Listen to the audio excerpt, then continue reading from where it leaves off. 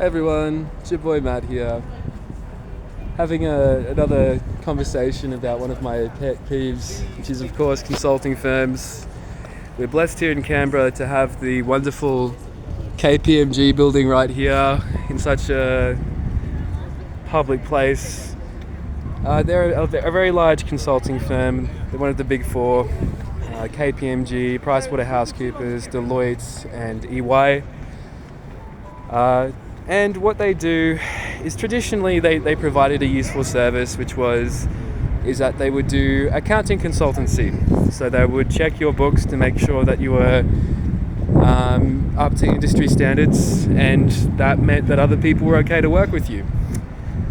But over time, they've come up with a whole lot of different services that they can sell and market. And KPMG is one of the largest contractors to the Australian government, particularly the Department of Defence. Now, it tends to be in Liberal governments that most work gets outsourced. They have an ideological thing against the public service. I'm not ideologically pro-public service. I think it is oversized at the moment, and the cutbacks to the size of the public service under the Albanese government, the Labor government, are something which is justified and is something which is happening in the near future. But what happens when you outsource something is that now you need to create a government part of your organization to interact with the thing which is now outsourced. So what ends up happening is that you don't have a gross improvement in efficiency, because what ends up happening is that now the government needs to both provide instruction to the consulting firm regarding what they want done, because at the moment what happens is that they will literally write government policy and provide and do work which has traditionally been done by government departments. This is particularly bad when it comes to more important evaluation work, where you need to get people who have expertise in research methods who are not assigned to a government department to assess the viability of a project.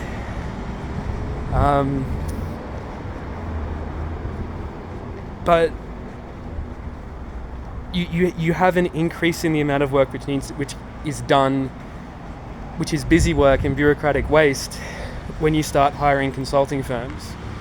And additionally, their only interest as a firm is profit. They're for-profit companies, that's why they exist. Everyone in that company is chasing a bonus. They're chasing a bonus for that quarter. They're chasing a bonus, potentially how they've organized the organization, maybe even down right to the pay cycle, as what they do in vocational rehabilitation, which is an insurance kind of consulting work, which I've previously done. They're chasing the dollar, and when you have people who are chasing the dollar, first of all, they're going to find ways to get that dollar, and they're going to milk the fuck out of the government to get it.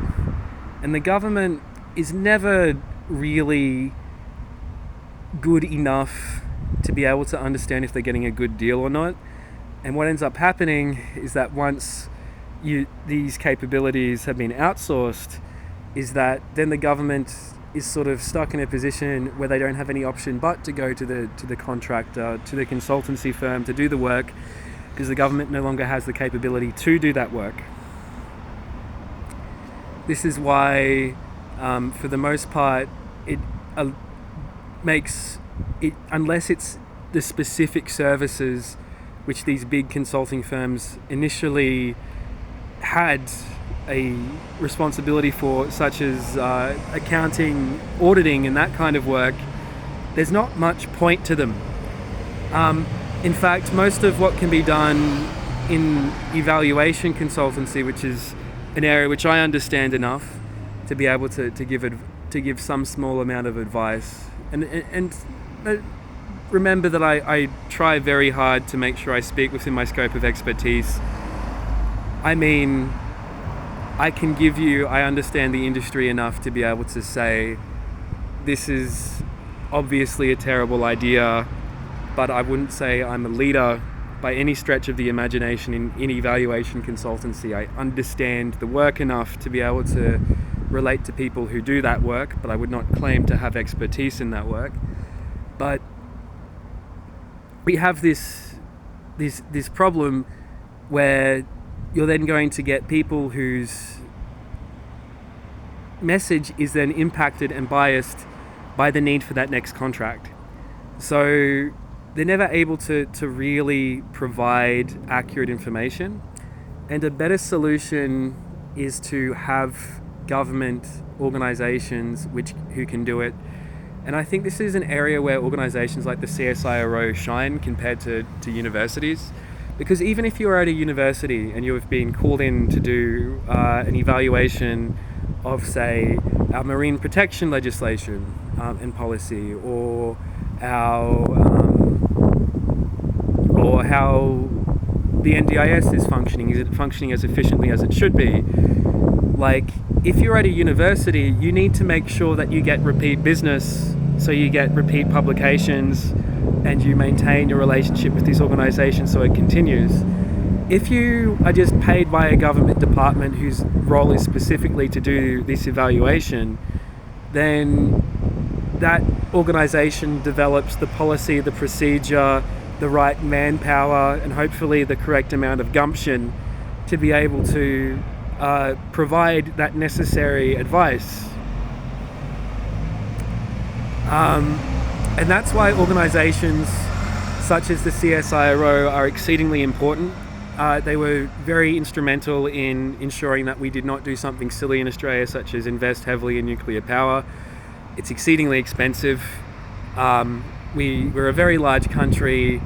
We've got all this area for solar panels. Use the fucking solar panels. The CSIRO did the costings. It was the cheapest option, apart from rebuilding all of our coal infrastructure, which would have been very marginally cheaper in the short term. And it was by a very small margin.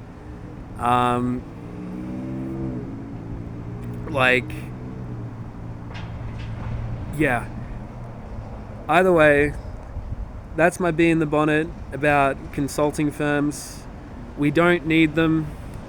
We don't want them interacting with government, because when they interact with government, they are just the cutthroat nature of the corporate world means that they will own the government every fucking time. They can't provide the same quality of advice. You will get more intelligent people on average working in those consulting firms than working in the Australian public service, and that's just because they pay more. But you don't necessarily need particularly capable people. You just need people who are capable enough, who are working in a framework which allows good results and good things to happen. You don't need the best and brightest. In fact, hunting the best and brightest is often counterproductive, because now you need to work on your organization and culture to keep those people there, and those people will likely fuck off if they don't made to feel special enough or paid appropriately, because they have options.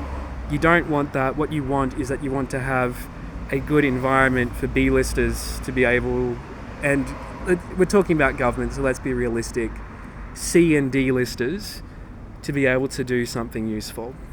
Okay, that's the rant. Have a lovely day, everyone.